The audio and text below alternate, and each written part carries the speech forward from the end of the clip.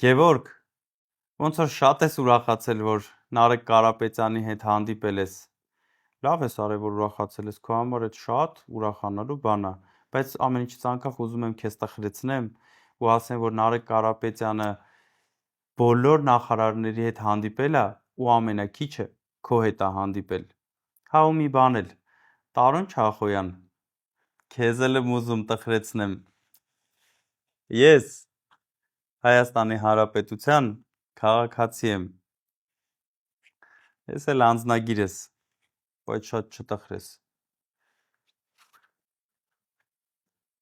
Ես հիմա նստած եմ ընկերոջս հետ, Կադարյան Ռոբերտի հետ, ով որ ներկա է եղել ժողովուրդ ջան, Նարեկ Կարապետյանի ու Պապոյան Գևորգի հանդիպմանը։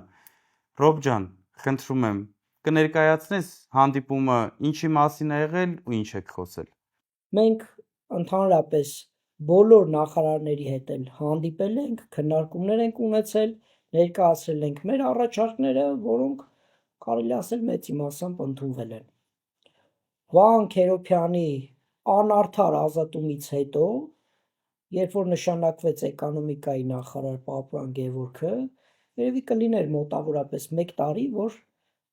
Նարեկը չէր հանդիպել էկոնոմիկայի նախարարության ներկայացուցիչների նախարարի հետ ու նեղսրտել էր մեր նախարարը, դրա համար ես եմ խնդրել պարոն Կարապետյանին հնարավորության դեպքում հանդիպել նախարարի հետ, ես էլ հանդիպումը կազմակերպել եմ։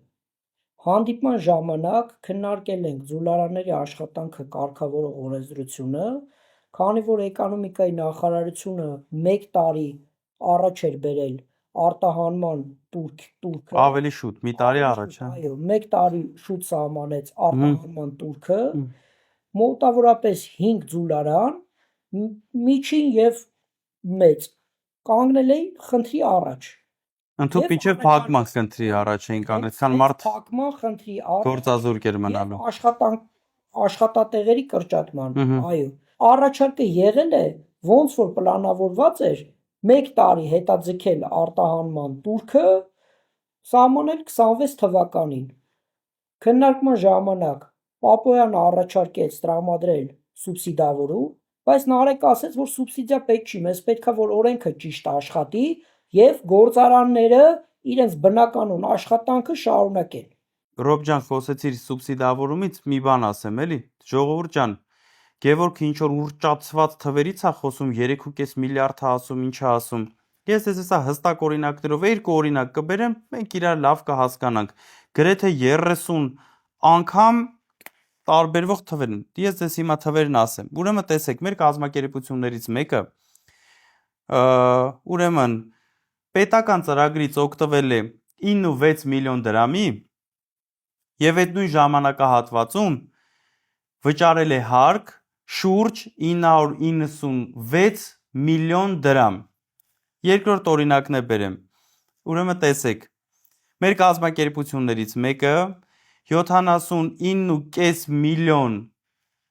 դրամի օգտվել է պետական ծրագրից եւ այդ նույն ժամանակահատվածում 2.9 միլիարդ դրամ հարկ է վճարել։ Գևորգ, հերիքա սուտ խոսաս։ Ինձ թվում է այդ պարգևավճարներից մոտդ ինչ որ ընկալման խնդիրներ են առաջացել կամ վաղուց եղել են ավելի են սրվել, չեմ կարող ասեմ, բայց բոլորը գիտեն, որ դու հայտնի սուտ խոսացող ես, բայց հերիքա սուտ խոսաս։